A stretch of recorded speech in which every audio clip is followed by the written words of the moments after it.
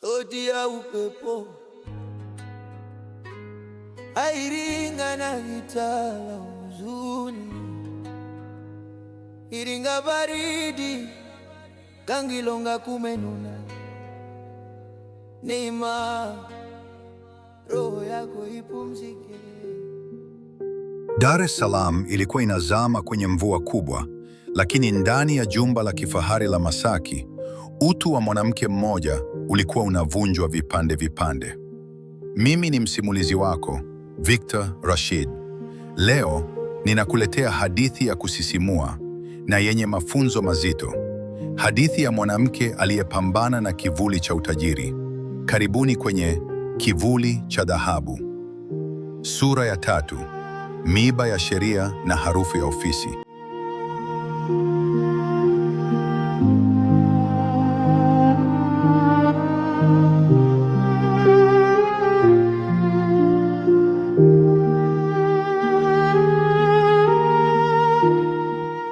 Baridi ya Iringa imezidi kuwa kali na giza limeanza kutanda hapa Gangilonga.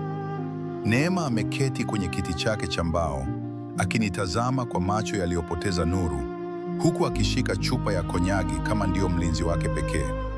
Leo sauti yake ina hasira zaidi kuliko jana. Rafiki yangu, alianza kunisimulia, huku kikohozi kikavu kikimkatisha. Nilifikiri baada ya kutoka kwenye lile jumba la Masaki usiku ule wa mvua, ningekuwa huru. Nilifikiri elimu yangu ya mlimani na sheria za nchi zingekuwa ngao yangu. Sikuijua kuwa Silas alikuwa ameshajenga ukuta wa dhahabu kuzunguka kila ofisi ya serikali niliyotaka kuingia. Neema aliniambia kuwa baada ya kuondoka Masaki, alikwenda kupanga chumba kidogo kule Kinondoni. Alianza kazi yake mpya kwa juhudi, akiamini kuwa akionyesha uwezo wa kifedha, mahakama itampa haki ya kukaa na watoto wake. Alichukua mwanasheria, akafungua kesi ya madai ya watoto na talaka.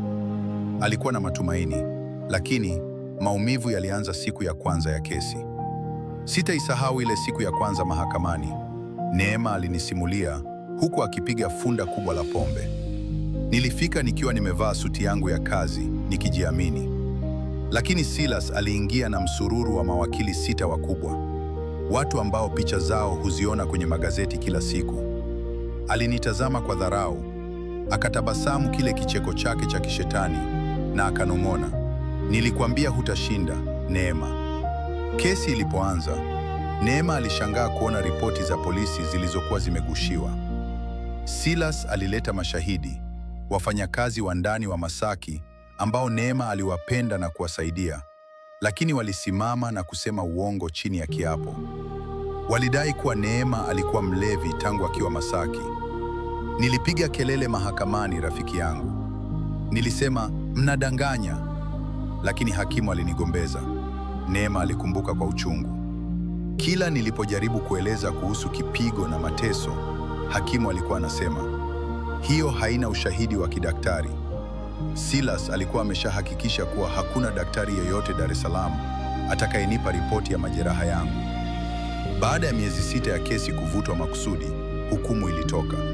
Silas alipewa haki ya kukaa na watoto. Neema alipewa ruhusa ya kuwaona mara moja tu kwa mwezi, na lazima iwe chini ya usimamizi wa Silas. Hapo ndipo roho yangu ilipoanza kuoza, Neema aliniambia huku akitetemeka. Mara ya kwanza nilipokwenda kuwaona watoto, Elena alikuwa analia na kuniuliza, "Mama, mbona ulituacha kwenye mvua?" Sikuweza kumjibu. Silas alicheka na kusema, "Muda wangu umekwisha." Kisha akafunga geti la chuma usoni kwangu. Hadi hapa, Neema alikuwa bado anafanya kazi kwa bidii, lakini msongo wa mawazo ulianza kumzidi nguvu. Hasira ya kutoitwa mama na watoto wake mwenyewe ilimpeleka kwenye ulevi uliokithiri. Nakumbuka siku moja nikiwa ofisini, Neema alinisimulia, macho yake yakitazama chupa yake iliyokuwa nusu. Nilikuwa na mkutano mkubwa na wawekezaji. Katikati ya mkutano, nilianza kusikia sauti ya Elena akiniita mama. Nilianza kutetemeka. Nilikimbilia chooni, nikatoa chupa ya konyagi niliyokuwa nimeficha kwenye begi, nikapiga mafunda 3 ya haraka haraka. Hii ndiyo ilikuwa mwanzo wa kuanguka kwake kazini. Kila mtu aliona ulevi, lakini hakuna aliyependa kuona kidonda kilichokuwa kinavuja usaha moyoni mwake. Bosi wake alijaribu kumvumilia, lakini hali ilipofika pabaya, kampuni iliamua kumhamishia tawi la Iringa. Walidhani mimi ni mgonjwa wa akili. Hawakujua mimi ni mgonjwa wa roho. Neema alicheka kwa uchungu, kicheko kilichoniingia mpaka kwenye mifupa. Hivyo ndivyo nilivyokuja hapa Iringa. Nilifikiri baridi ya hapa itapunguza moto wa moyoni, lakini kumbe moto ule ulikuwa unahitaji mafuta zaidi. Alinitazama, kisha akanywa funda la mwisho la chupa ile. Sura ya 4 itakuwa chungu zaidi, rafiki yangu, kwa sababu kule Iringa ndipo nilipojua kuwa hata wazazi wangu hawana nguvu ya kupigana na kivuli cha dhahabu cha Silas. Nilimfunika shuka lake vizuri, nikijua kuwa kesho yake atakuwa na mengi zaidi ya kunihadithia, huku afya yake ikiendelea kudhoofika kutokana na sumu ile ya pombe na simanzi.